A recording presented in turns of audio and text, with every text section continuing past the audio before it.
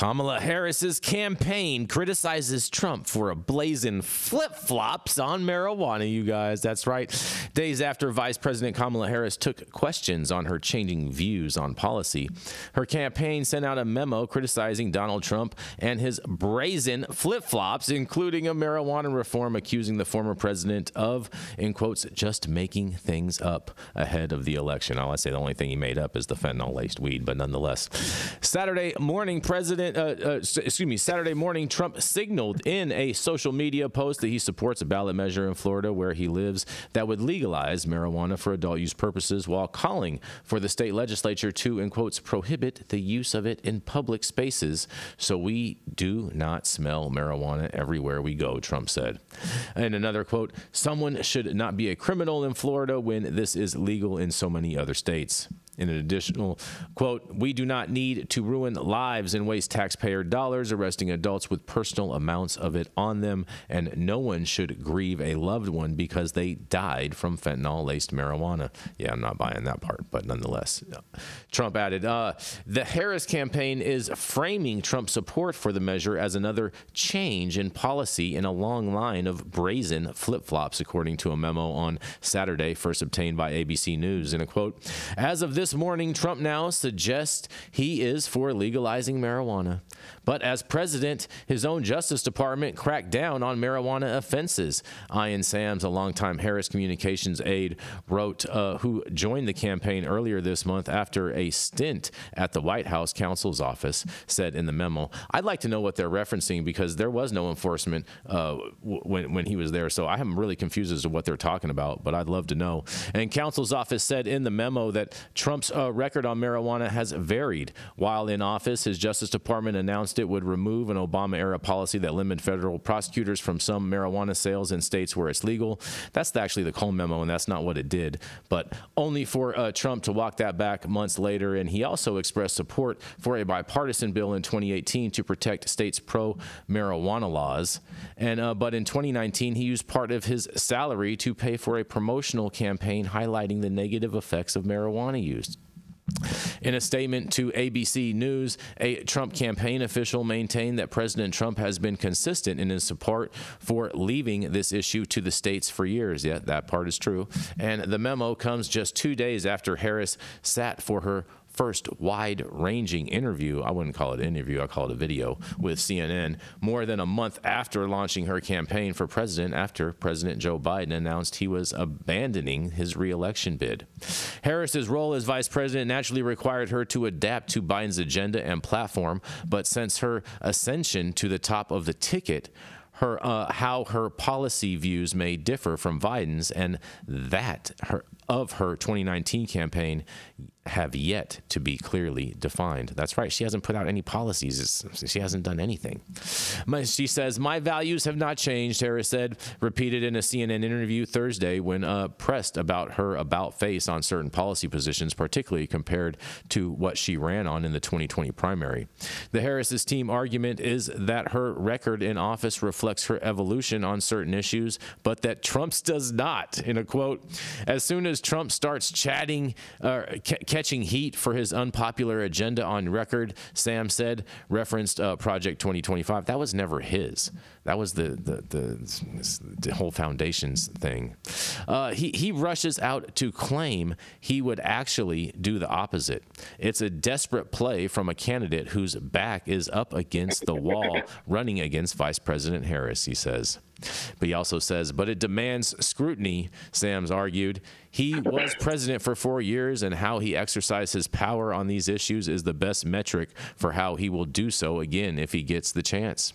What he says now is just a desperate pandering from a scared man who is worried he will lose, he says. Well, I'm not buying any of that. This is a whole bunch of gaslighting in this article for you guys, but we want to make sure that we're covering it from all angles. And this is just hysterical for me, because there was this is probably the one poll that I do probably think is probably the most realistic I saw, that Elon Musk put out a poll. I'm going to email this over to you, Millie, so you can throw this up. You guys will find this very, very interesting. You guys. I'm glad you planned ahead for that one, Jason. I did. You know what? Sometimes it just works like that. Oh boy. I mean, this is interesting, but not really. I mean, two politicians are fighting during a presidential election year. Well, I mean, I don't. Dun, dun, dun. I'm not buying all of this. What the Democrats are saying about Trump is so bad. I mean, like I said, he legalized the farm bill. He included cannabis in USMCA. I mean, he signaled for a bill to get to his desk and he would sign it. So I don't see this as that big of a flip-flop,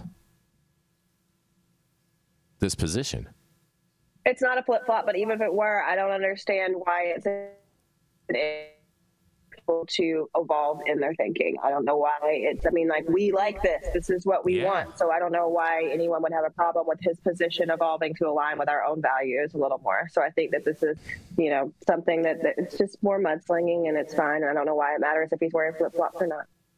I think if we look a little deeper into like actual rhetoric of what's going on, and we look at the history of this term, we see is it's emotionally charged rhetoric. It's basically a form of a logical fallacy. It's an illogical statement. It's meant to pigeonhole somebody and demonize them. Like Muhammad Ali said, and he feels the same way he did in his 50s as he did when he was 20, wasted 30 years of his life. We all should be able to learn, grow, and evolve throughout our lives. Yes, I think I'm with people making intelligent changes to their policies throughout time because of new information and cultural political changes signals intelligence. I think this is why we all should Google the trivium, grammar, logic, and rhetoric, begin to train ourselves and learn with each other how to understand appeals to emotion and other fallacies like the word flip-flop that are made, manufactured in order to appeal to our emotions, off our brain, so that we follow other people's thinking. I'm going to hop in here for a quick second. Go for it. There we go. Oh boy. So,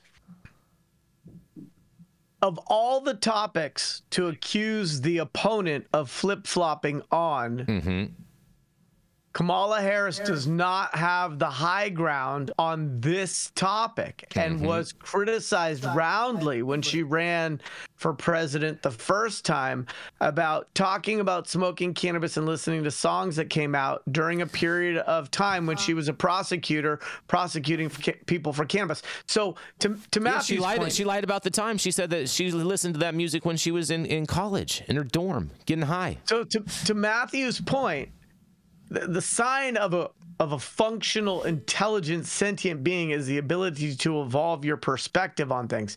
My challenge is I don't know what Trump actually thinks and feels, and I don't know that he actually knows what he thinks and feels. I don't think Trump has a North Star on this issue. But what troubles me just as much is that if Harris wants to win this election, she needs to boil it down to the single issue where the differences between them are night and day. She needs to talk about personal liberties for women and not talk about cannabis, where her track record as district attorney of San Francisco was that she locked up more black men for cannabis than the 3 previous district attorneys before her. So this isn't the place that she should be opening her mouth and trying to point out those differences. She needs to talk about women's rights, women's personal freedoms and liberties, and keep this a simple, singular topic election, because this doesn't help her in the polls, and it doesn't differentiate her substantially from Trump.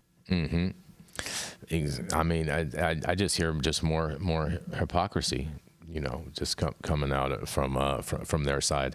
But, you know, nonetheless, it's got to be about womb, not weed, if she wants to win. Yeah, and Trump hasn't changed from his positions. He's always been in favor of medical cannabis, and has said, as far as it goes to adult use cannabis, to leave it up to the states. And so he hasn't changed on his position. And I'm glad to see that he is voiced support for Amendment 3, even though I'm not sure I necessarily support it personally. But I'm not a Florida voter. But I am glad that he has come out and through his drawing a line in the sand on where he stands on this, and I think that's very telling for the American people. Except if he cared, he would talk about the fact that homegrows are not allowed under Amendment 3. So if you're in favor of decriminalizing small amount of personal possession, then you got to let people put a plant in their backyard. Yeah, and then Florida's bill is all about corporate control and control of the individual as well. It's about the corporations capturing the entire process. I agree, and in all fairness, Trump didn't make any comments in regards to the individual bill. He just said he's saying that the overall that it should be legal for adults, and so I think that's kind of I mean, Jason, from a capitalist point of view, creating a monopoly through government collusion is the supreme form of capitalism, and so that really should be something that you support if you are indeed a Trump-loving Republican and capitalist. Easy there, Turbo. Easy there, Turbo. I just told you where I was standing on that one. I'm not necessarily for that, because I think there is a lot of regulatory capture in regards with that whole Florida bill. But you know what I mean. I'm not a Florida citizen, at least, you know what I mean. Not yet. I'm still a Californian. This is something that confuses me when I talk to most people about politics. Is have a firm set of political principles, the exceptions carved out for for their pet projects or what they like or people they're aligned with.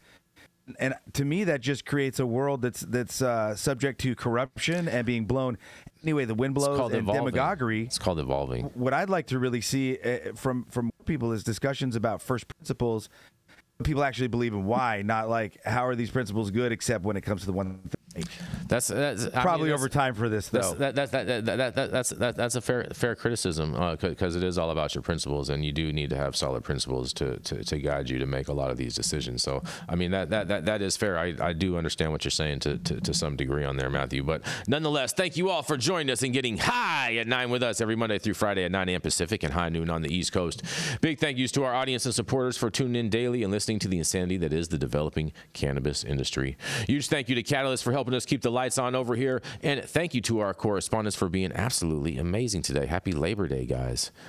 Thank you all to Cloud Media Partners. Millie in the building today, and thank you all for tuning in and getting high at 9 with us. We are America's #1 daily cannabis news show. Happy Labor Day, everybody.